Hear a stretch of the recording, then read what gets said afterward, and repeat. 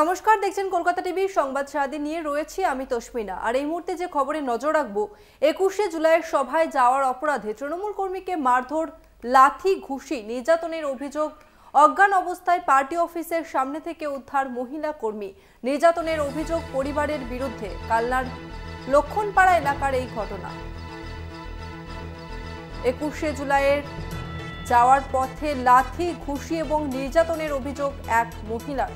21শে জুলাইয়ের সভায় যাওয়ার অপরাধে তৃণমূল কর্মীকে মারধর, লাথি, ঘুষি এবং নির্যাতনের অভিযোগ। অজ্ঞান অবস্থায় পার্টি অফিসের সামনে থেকে উদ্ধার মহিলা কর্মী। নির্যাতনের অভিযোগ পরিবারের বিরুদ্ধে। কালনার দক্ষিণপাড়া এলাকার এই ঘটনা।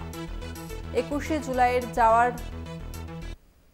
যাওয়াকে কেন্দ্র করে তৃণমূল কর্মীকে মারধর, নির্যাতনের অভিযোগ তারই পরিবারের বিরুদ্ধে।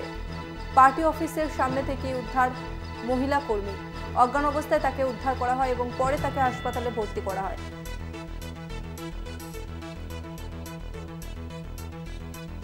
কালনার লক্ষণপাড়া এলাকার এই ঘটনাকে কেন্দ্র করে চাঞ্চল্য ছড়িয়েছে লক্ষণপাড়াতে।